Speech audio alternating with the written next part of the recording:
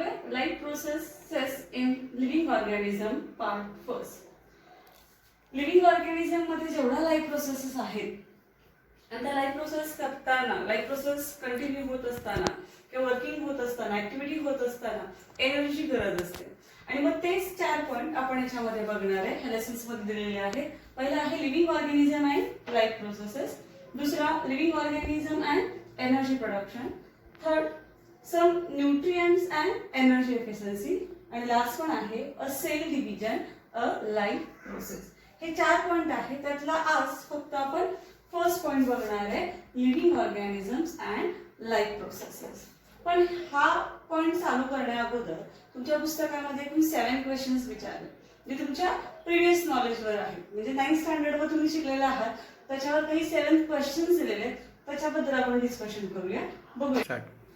विचारलंय how are the food stuffs and their nutrients content useful for body. आपण जे food stuff म्हणजे आपण food घेत असतो किंवा आहार घेत असतो आणि त्यातून मिळणारे जे न्यूट्रिएंट आहेत ते आपल्या बॉडीला कसे युजफुल आहे. ह्या क्वेश्चनचं आन्सर असंच आपण सांगू शकतो. तुम्हाला माहिती की आपण जे काही फूड ईट करतो ते फूड डायजेस्ट होत आहे, बरोबर. आणि मग त्याच्यापासून काय तयार होतात, सोल्युबल त्याचे न्यूट्रिएंट्स तयार होतात. Soluble nutrients. फॉर एक्झाम्पल जर आपण आपल्या आहारामध्ये कार्बोहायड्रेट्स आहेत, त्या कार्बोहायड्रेट्स डायजेस्ट झाल्यानंतर त्याच्यापासून काय तयार होतं, पूर्ण डायजेशन झाल्यानंतर ग्लुकोज तयार होतं. प्रोटीन्स आहेत, प्रोटीनचं डायजेशन झाल्यानंतर काय होतं, अमिनो ऍसिड तयार होतात. म्हणजे हे जे न्यूट्रिएंट्स आहेत ह्या न्यूट्रिएंट्स पासून आपल्याला काय मिळते, एनर्जी मिळते. ह्या न्यूट्रिएंट्सचं ऑक्सिडेशन होतं आणि आपल्या बॉडीमध्ये ज्या काय ऍक्टिव्हिटीज होत असतात त्याला कशाची गरज असते, एनर्जीची गरज असते. म्हणजे जे काही फूड स्टफ आहे ते फूड स्टफ डायजेशन झाल्यानंतर त्याचं रूपांतर कशामध्ये होतं, त्याच्या न्यूट्रिएंट्स मध्ये होतं. फॉर एक्झाम्पल ग्लुकोज असेल किंवा अमिनो ऍसिड असेल आणि त्याच्यापासून आपल्याला काय मिळते, मग एनर्जी. कशी एनर्जी मिळते ते आपण या लेसन मध्ये बघणार आहे. त्या न्यूट्रिएंट्सचं काय होतं, ऑक्सिडेशन होतं. आणि मग ऑक्सिडेशन होत असताना काय युजफुल असतं, तर आपण ज्यावेळेस रेस्पिरेशन करतोय त्या रेस्पिरेशन प्रोसेस मधून मिळणारा जो ऑक्सिजन आहे त्या ऑक्सिजनच्या सहाय्याने ह्या न्यूट्रिएंट्सचं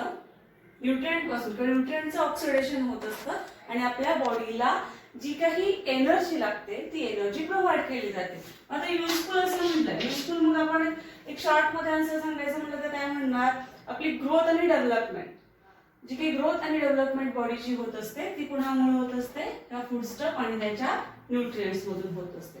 ओके, क्वेश्चन नंबर 2 बघूया आपण आता. सेकंड क्वेश्चन असा विचारलाय, what is the importance of balanced diet. Balanced डाएटचा अर्थ माहित असायला पाहिजे आपल्याला, मग आपण इम्पॉर्टंट बघू.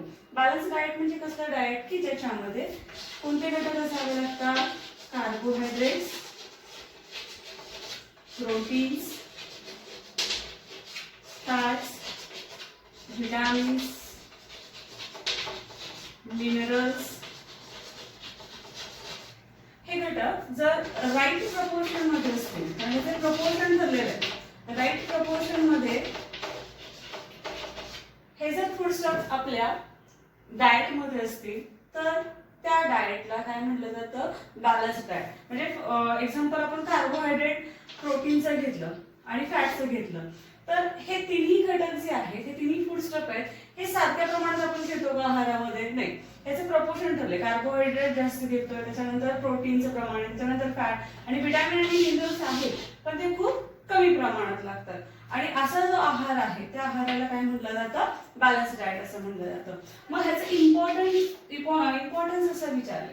मग आपण इथे जर चार्ट मध्ये पाहिलं तर तुम्हाला माहिती कार्बोहायड्रेट्स आहेत, ते कार्बोहायड्रेट्सचा वापर आपण त्यासाठी करतोय किंवा कार्बोहायड्रेट पासून आपल्याला काय मिळते, एनर्जी मिळते बॉडीला. प्रोटीन्स बॉडी बिल्डिंग साठी करत असतात. त्याचप्रमाणे विटामिन, मिनरल आणि फॅट यांचे सुद्धा काही वेगवेगळे युजेस आहेत. म्हणजे आपला आहार किंवा आपलं जे डाएट आहे ते बॅलन्स्ड असेल तर आपली बॉडी कशी राहणार आहे, हेल्दी राहणार आहे. कारण ह्याच्यामध्ये जे काही फूड स्टफ असणार आहे ते फूड स्टफ कसे असणार आहे, राईट प्रपोर्शन मध्ये असणार आहे आणि आपल्या बॉडीला लागणाऱ्या ज्या काही गरजा आहेत, नीड्स आहेत, आपल्या सेलला किंवा आपल्या ऑर्गनला ज्याची जास्त गरज आहे ते आपण यूज करतोय. अशा आहाराला काय म्हणतो आपण, बॅलन्स्ड डाएट असं म्हणतोय. ठीक आहे. याच्यानंतर तिसरा क्वेश्चन, क्वेश्चन नंबर 3 असा विचारलाय, what are the different functions are performed by muscles in the body. आपल्या बॉडीमध्ये जे काही मसल्स आहेत त्यांचं फंक्शन काय. तर तुम्ही मागच्या याच्यामध्ये शिकलाय की मसल्स बॉडीमध्ये 3 प्रकारचे आहेत. कोणकोणते, व्हॉलंटरी मसल, इनव्हॉलंटरी मसल आणि थर्ड वन कार्डियक मसल. हे 3 प्रकारचे मसल्स आपल्या बॉडीमध्ये. त्यातल्या मधले व्हॉलंटरी मसल्स जे आहेत ते मसल्स कसे वर्क करत असतात, according to our will. According to our will म्हणजे इच्छा. आपल्या इच्छेनुसार जे मसल्स किंवा आपल्या बॉडीमध्ये जे काही ऑर्गन्स आहेत, आपल्या बॉडीतले ऑर्गन्स जे आहेत ते आपल्या इच्छेनुसार जर काम करत असतील तर ते जे मसल्स आहेत त्या मसल्सला आपण काय म्हणतो, व्हॉलंटरी असं म्हणतो. इनव्हॉलंटरी मसल्स म्हणजेच काय, तर बॉडीमध्ये जे काही ऑर्गन्स आहेत त्या ऑर्गन्सची ऍक्टिव्हिटी फंक्शन चालू असतं आणि ते कुणाच्या अंडर होत असतं किंवा कुणाच्या इन्फ्लुएन्स खाली होत असतं, तर ते कोणते मसल्स असतात, इनव्हॉलंटरी मसल्स असतात. आणि तिसरं आहे कार्डियक मसल, जी मुवमेंट आहे कोणाची, हार्टची, मुवमेंट ऑफ हार्ट जे घडवून आणतात ते मसल्स कोणते असतात, कार्डियक मसल. 3 प्रकारचे मसल, व्हॉलंटरी मसल, इनव्हॉलंटरी मसल आणि कार्डियक मसल. ठीक आहे. Question number 4, what are the importance of digestive juices in digestive system. digestive system तुम्ही शिकलाय, माउथ मधून फूड ज्यावेळेस एंट्री करते, इसोफेगस मधून कुठे येतं, स्टमक मध्ये येते, स्टमक मधून स्मॉल इंटेस्टाइन आणि नंतर लार्ज इंटेस्टाइन. मग जे काही माउथ पासून एनस पर्यंत जे काही फूड पास होत आहे त्या सिस्टीमला आपण डायजेस्टिव्ह सिस्टीम असं म्हणतो. पण ज्यावेळेस फूड स्मॉल इंटेस्टाइन मध्ये येतं त्यावेळेस फूड पूर्णपणे काय झालेलं असतं, आपलं डायजेस्ट झालेलं असतं. मग हे डायजेस्ट फक्त ऑर्गन्स ह्याच्यामध्ये येत नाहीये, तर त्यासाठी युजफुल काय असतात, तर काही ज्युसेस असतात. त्या ज्युसेस डायजेशनला मदत करतात म्हणून त्याला डायजेस्टिव्ह ज्युसेस असं म्हणतो. मग हे डायजेस्टिव्ह ज्युसेस असतात ते एक प्रकारचं काय असतात, एन्झाइम्स आहेत. काय, एन्झाइम. आणि मग तुम्हाला माहिती आहे एन्झाइम्स काय करतात, एन्झाइमचं फंक्शन काय, तर ते रिॲक्शनचा रेट वाढवतात, रिॲक्शनची स्पीड वाढवण्याचं काम करतात. जे काही डायजेशन प्रोसेस आहे ती डायजेशन प्रोसेस चा रेट किंवा स्पीड वाढवण्याचं काम कोण करतं, एन्झाइम्स करतात. For example salivary gland. Salivary gland मधून जी सलायवा बाहेर पडते त्याच्यामध्ये कोणतं एन्झाइम असतं, सलायव्हिया मायलेज.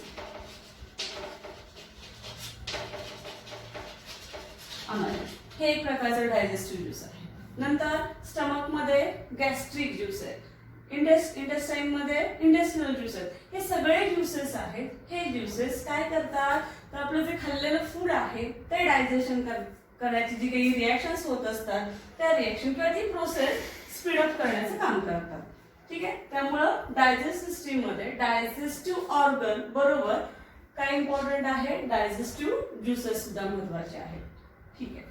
नंतर पुढचा क्वेश्चन आहे तो खूप इझी क्वेश्चन आहे.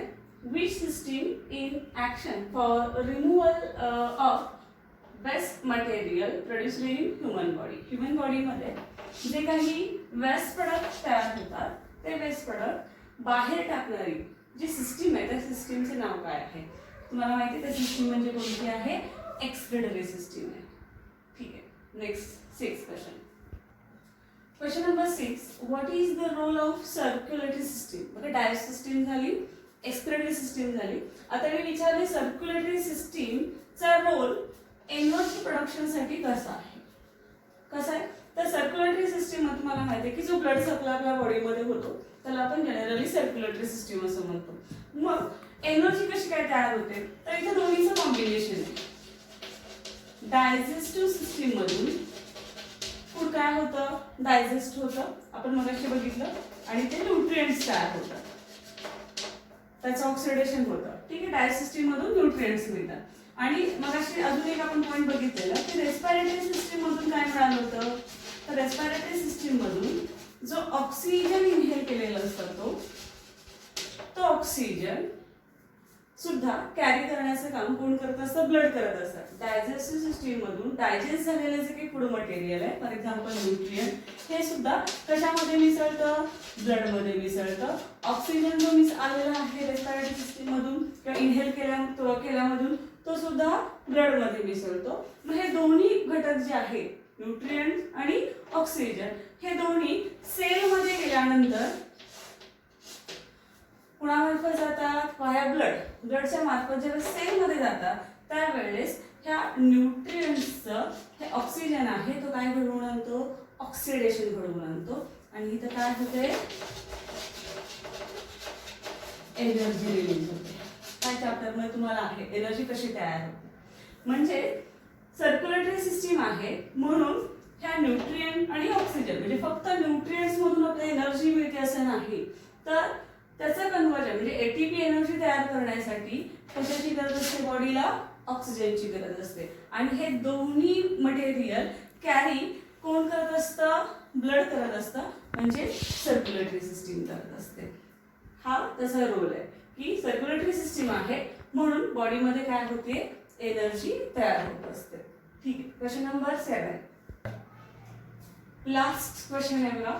How are the various processes occurring in human body control. आपल्या बॉडीमध्ये किंवा ह्युमन बॉडीमध्ये ज्या काही वेगवेगळ्या प्रोसेसेस होत असतात, डायजेस्टिव्ह, एक्सक्रिटिव्ह, सर्क्युलेटरी, रेस्पिरेटरी, अशा वेगवेगळ्या प्रोसेसेस ज्या होत असतात त्यांना कंट्रोल करण्याचे काम कोण करतं आणि कसं करतं, किती वेळेस हे केलं जातं. तर तुम्हाला माहिती आहे, हे शिकलाय तुम्ही 9वीला, की आपल्या बॉडीमध्ये ज्या काही प्रोसेसेस होत असतात त्याच्यावर कंट्रोल करणारी आपली कोण असते, नर्वस सिस्टीम असते. नर्वस सिस्टीम असते. आणि दोन्ही वेजनी होते. एक म्हणजे न्यूरॉन्स करत असतात आणि दुसरं म्हणजे केमिकल कंट्रोल. केमिकल कंट्रोल्स म्हणजे जे काही एंडोक्राइन ग्लँड्स आहेत,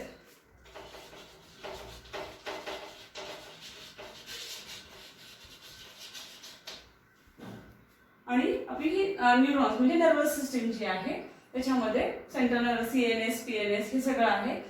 तर हे जे जी नर्वस सिस्टीम आहे, ही नर्वस सिस्टीम आपापल्या वेगळ्या व्हेरियस प्रोसेसेस बॉडीमध्ये होत असतात त्यांच्यावर कंट्रोल करण्याचं काम करत असते. हे सगळे क्वेश्चन्स आता आपल्याला पुढच्या पॉईंटवर सांगणार आहेत, कारण आपली जी पॉईंटच आहे लाईफ प्रोसेसेस, हे सगळ्याचं बेसिक आता आपण थोडक्यात बघणार आहोत. हे 6 क्वेश्चन्स पाहिल्यानंतर आपल्याला पुन्हा लेसनची सुरुवात होते. त्याच्यामध्ये आपण लाईफ प्रोसेसेस बघतोय. मग हे वेगवेगळ्या ऑर्गन सिस्टीम आपल्या बॉडीमध्ये तुम्हाला माहिती आहे, डायजेस्ट सिस्टीम आहे, respiratory system, circulatory system, excretory system, control system, म्हणजे अशा वेगवेगळ्या सिस्टीम्स बॉडीमध्ये आहेत. ह्या सिस्टीमवर कंट्रोल करण्याचं किंवा ह्याच्यामध्ये काय असावं लागतं, कोऑर्डिनेशन असावं लागतं. ज्यावेळेस तुम्ही आता बसलाय तर तुमच्या बॉडीमध्ये सगळ्या सिस्टीम आता चालू आहे, म्हणजेच यांच्यामध्ये काय असावं लागतं, कोऑर्डिनेशन असावं लागतं. हा शब्द लक्षात ठेवा. ऑर्गन सिस्टीम मध्ये किंवा ऑर्गन मध्ये काय असावं लागतं, कोऑर्डिनेशन. आणि हे कोऑर्डिनेशन कोऑर्डिनेशन जे आहे ते कोऑर्डिनेशन कंट्रोल करणारं जी सिस्टीम आहे त्याला आपण काय म्हणतो, कंट्रोल सिस्टीम म्हणतो. त्याच्यामध्ये ब्रेन किंवा अदर एंडोक्राइन ग्लँड्स येतात. मग हे जे ह्या ज्या सिस्टीम्स आहेत आणि वेगवेगळे ऑर्गन्स आहेत, मग ते ऑर्गन कसे असतील, बॉडीच्या आतले असतील किंवा बॉडीवरचे असतील. मग त्याला एक्सटर्नल किंवा इंटरनल ऑर्गन हे सगळे एकत्रितपणे आपल्या बॉडीमध्ये वर्कआउट करत असतात. आणि मग हे सगळे वर्कआउट करतात किंवा वर्क करत असताना त्यांना कशाची गरज लागणार आहे, एनर्जीची गरज लागणार आहे. मग ती एनर्जी आपल्याला कशातून मिळते, तर आपण जे काही फूड घेतोय, खातोय, त्या फूड मधून आपल्याला मिळत असते. म्हणजे ही जी एनर्जी आहे, ही एनर्जी मगाच्या क्वेश्चन मध्ये आपण ते डिस्कस केलं होतं की जे काही डायजेस्टेड फूड डायजेशन होतंय ते जे फूड आहे त्याचं ॲसिम्युलेशन होतं आणि ऍसिमिलेशन झाल्यानंतर काय होतं तर ते ब्लडमध्ये मिसळतं आणि ब्लड काय करतं प्रत्येक सेल पर्यंत आपल्या बॉडीमध्ये जेवढ्या सेल्स आहेत त्या प्रत्येक सेल पर्यंत हे फूड पोहोचवण्याचं काम करतं. मग फक्त फूडच इम्पॉर्टंट आहे का? नाही, तर फूड बरोबर आपल्याला रेस्पिरेटरी सिस्टीम मधून किंवा रेस्पिरेशन करत असताना आपण जे काही ऑक्सिजन घेतोय तो ऑक्सिजन पण महत्वाचा आहे. हे दोन्ही घटक काय करतात तर एनर्जी निर्माण करण्याचं काम करतात. म्हणजे पुस्तकामध्ये आलेले ATP कोणती energy? ATP adenosine triphosphate. ती कशी तयार होते हे आपण नेक्स्ट पार्ट मध्ये बघणार आहे. म्हणजे ही जी एनर्जी आहे पुन्हा तुम्हाला ते खाली त्यांनी सांगितलं की समजा आपण आहारामध्ये मगाशी आपण बघितलं काय घेतो, कोणकोणते घटक असतात, कार्बोहायड्रेट असतात, प्रोटीन्स असतात, फॅट्स असतात. These are the main source of energy. Which are the main source of energy. सगळ्यात जास्त एनर्जी आपल्याला कुठल्या न्यूट्रिएंट्स किंवा कोणत्या फूड स्टफ मधून मिळते? कार्बोहायड्रेट, प्रोटीन्स आणि फॅट्स मधून मिळत असते. समजा आपण 1 ग्राम कार्बोहायड्रेट घेतलं, इनटेक केला, त्याची तरी न्यूमेरिकल मध्ये दिलंय 1 ग्राम कार्बोहायड्रेट मधून आपल्याला 4 किलो कॅलरी एनर्जी मिळते. म्हणजे ज्या वेळेस कार्बोहायड्रेटचं डायजेशन झालं त्यावेळेस त्याच्या 1 ग्राम कार्बोहायड्रेट मधून आपल्याला किती एनर्जी मिळते? 4 किलो कॅलरी एनर्जी मिळते. त्याचप्रमाणे आपल्याला प्रोटीन्सची पण आहे, प्रोटीन्स पासून पण मिळते. हे सगळं आपल्याला टप्प्याटप्प्याने बघायचं आहे. आपल्याला एनर्जी म्हणजे आपल्याला कार्बोहायड्रेट, प्रोटीन्स जनरली आपल्याला कशातून मिळतात तर प्लांट्स पासून मिळतात. मग प्लांट्सला एनर्जी कुठून मिळते तर तुम्हाला माहिती आहे प्लांट्स हे कसे असतात? ॲटोट्रॉफिक असतात. म्हणजे ते त्यांचं फूड काय करतात? सिंथेसाइज करत असतात.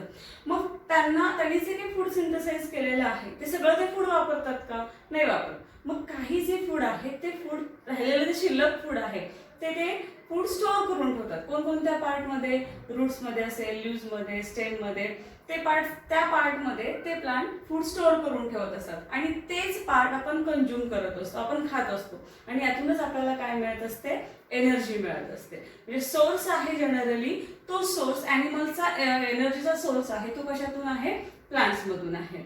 मग त्याच्यानंतर एक क्वेश्चन तुमच्या पुस्तकात विचारलाय, why may be the players consuming this food stuff किंवा during the break of game. गेमच्या ब्रेकमध्ये हे जे स्पोर्टमन असतात किंवा जे काही प्लेयर्स असतात ते प्लेयर्स इंटरवल टाइममध्ये काही फूड स्टफ घेत असतात, काही ड्रिंक्स घेत असतात. त्याचं कारण काय तर त्यांची जी काही गेम्स खेळत असताना त्यांना कशाची गरज असते? जास्तीत जास्त एनर्जीची गरज असते आणि ती एनर्जी गेन करण्यासाठी ते फूड स्टफ घेत असतात. त्याचबरोबर त्यांचं जे काही वर्कआउट आहे ते वर्कआउट होत असताना बऱ्याच वेळा स्वेटिंग होत असतं, म्हणजे घाम जास्त बाहेर जात असतो आणि त्यातून स्वेटिंग झाल्यामुळं बॉडीमधलं बरंचसं वॉटर आणि त्याच्याबरोबर असणारे काही मिनरल ते सुद्धा बॉडीच्या बाहेर पडत असतात आणि ते बॅलन्स करण्यासाठी इंटरवल्समध्ये हे जे प्लेयर्स आहेत ते ड्रिंक्स असतील किंवा अदर फूड स्टफ घेत असतात टू गेन मोर एनर्जी किंवा जी काही एनर्जी लूज झालेली आहे ती एनर्जी भरून काढण्यासाठी हे प्लेयर्स आपल्या बॉडीमध्ये तो एनर्जीचा साठा आहे तो कंटिन्यू करण्यासाठी काय करत असतात? फूड स्टफ किंवा ड्रिंक करत असतात. आज आपला पहिला पॉईंट इथे कम्प्लीट झालेला आहे तो म्हणजे living organism and life process. दुसरा पार्ट आपण नेक्स्ट लेक्चरला बघूया. थँक्यू.